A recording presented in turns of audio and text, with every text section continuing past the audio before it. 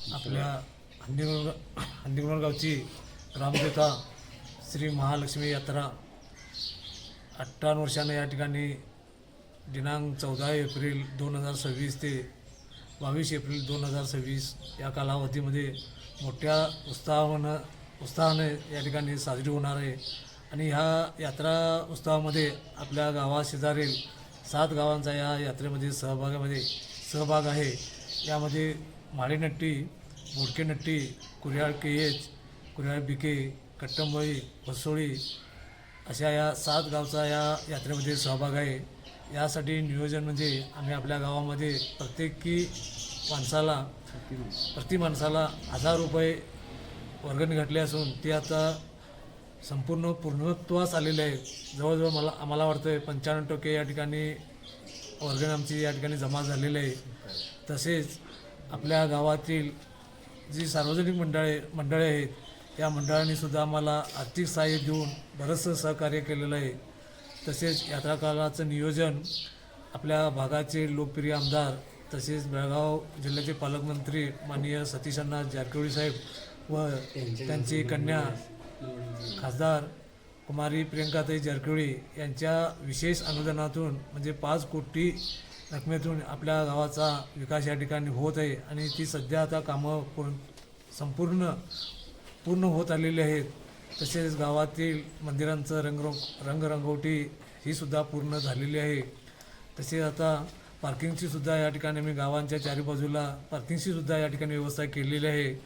त्याचप्रमाणे आम्हाला या ठिकाणी गावातील महिला मंडळे, तरुण मंडळं तसेच विविध संस्था यात्रेच्या काळात गावामध्ये पारंपरिक वाद्याचा उपयोग व्हावा आणि डॉल्बीसारखे प्रकार म्हणजे जेणेकरून गावामध्ये ह्या 58 वर्षाच्या उत्सवावर कुठेतरी गालबोट लागू नये या अनुषंगाने गावातील यात्रा कमिटीने व गावकऱ्यांनी हा एक निर्णय घेतलेला आहे की गावामध्ये डॉल्बीचा वापर होऊ नये आणि हा अनुचित प्रकार होऊ नये यासाठी हा निर्णय गावकऱ्यांनी घेतला।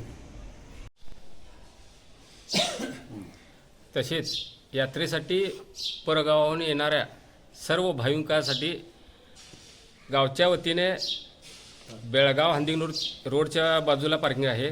परत कडोली हंदिगनूर त्या साईडला एक पार्किंगची व्यवस्था आहे। परत म्हाळेनट्टी रोडला तिथं पण एक पार्किंगची व्यवस्था आहे।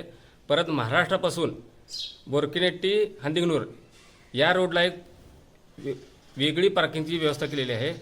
परत पुढील गावच्या राजगुळी वगैरे महाराष्ट्रातील जाणाऱ्या सरकारी बसेस काही वाहनासाठी गावातला मुख्य रोड बंद करून म्हाळेनट्टी व्हाया असं शेतवडीतून मार्गाची तयारी करून ठेवलेली आहे। त्याची सर्व भाविकांनी नोंद घ्यावी। कमिटीच्या वतीने पारंपरिक वाद्याचा उपयोग करावा असं गावामध्ये पण अनाऊन्स केलेले आहे। तरी ग्रामस्थांनी डॉल्बीला शक्यतो करून फाटा द्यावे असं आम्ही अनाऊन्स केलेले आहे कमिटीतर्फे। तसेच यात्रेच्या रथ जोडणी कार्याचे काम सुतार फळाच्या वतीनं पूर्णत्वाकडे नेण्यात येत आहे। परत